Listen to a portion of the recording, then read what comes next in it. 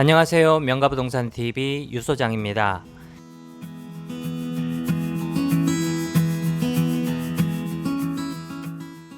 지난 영상에서 LH 사태로 인한 3.29 부동산 대책을 살펴본 적이 있었습니다.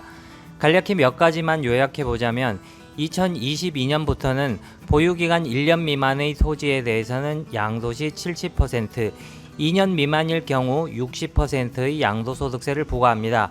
또한 2년 이상 보유 시에도 비사업용 토지에 대해서는 20%의 양도소득세를 중과하고 장기보유 특별공제도 해주지 않는다는 것입니다. 아울러 내년부터는 제촌 자격 요건을 갖추고 있지 않은 상태에서 농지를 보유하고 계신 분들의 경우 토지 매각이 상당히 어려울 것으로 전망이 됩니다.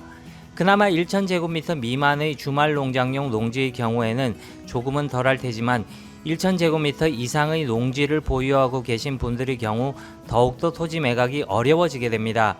그 이유는 1000제곱미터 이상의 농지 취득 시에는 자금 조달 계획서를 제출해야 하는 등 취득 요건이 한층 더 강화가 되기 때문입니다.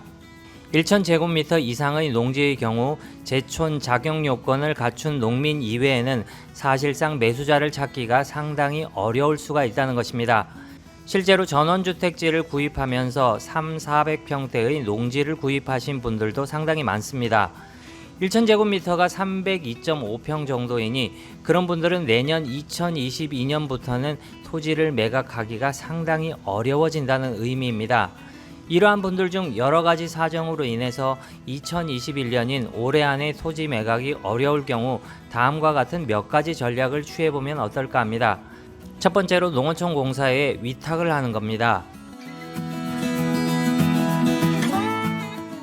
먼저 다음과 같이 양도일 직전 3년 중 2년 이상을 제촌 자경에 사용을 하거나 양도일 직전 5년 중 3년 이상을 제촌 자경에 사용을 하거나 또는 보유기간 중 100분의 60 이상을 제촌 자경에 사용을 하게 되면 사업용 토지로 인정을 받을 수가 있게 됩니다. 그러나 현실적으로 제촌 자경을 하기가 어려우니 1000제곱미터 이상의 농지를 소유하고 계신 분들의 경우 지체하지 말고 농어촌 공사에 농지를 위탁을 하는 것입니다.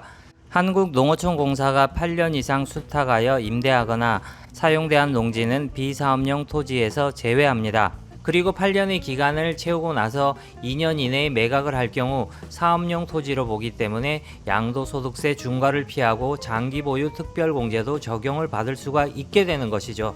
따라서 마냥 넉넉히 기다릴 것이 아니라 일단은 제촌 자격 요건을 갖출 만한 여건이 될 때까지는 농어촌 공사에 위탁을 해두는 것이 현명한 방법이라 여겨집니다. 참고로 위탁이 불가한 농지는 다음과 같습니다.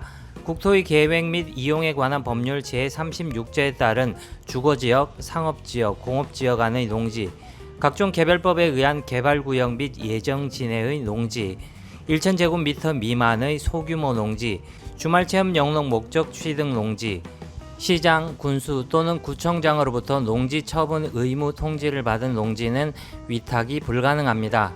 두 번째로 분할 매각을 하는 방법입니다.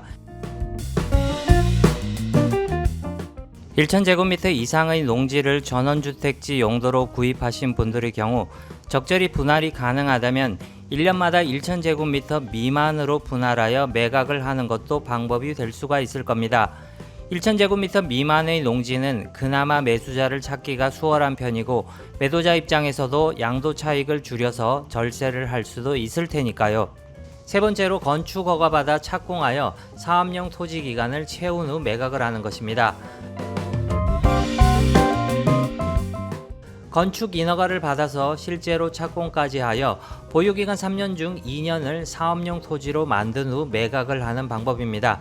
그러나 예를 들어 500평짜리 토지에 5평짜리 창고를 하나 짓는다 해서 모든 면적을 사업용 토지로 인정을 하지는 않으니 이 방법은 전문가와 충분한 상담이 필요한 전략입니다. 내년 2022년부터는 비사업용 토지, 특히나 농지에 대해서는 양도소득세 중과와 더불어 취득 절차가 대폭 까다로워지는 점에 주의하셔서 매수 전략을 취해보시기 바랍니다. 지금까지 명가부동산TV 유소장이었습니다. 조금이라도 도움이 되셨다면 좋아요와 구독 꼭 눌러주시기 바랍니다. 감사합니다.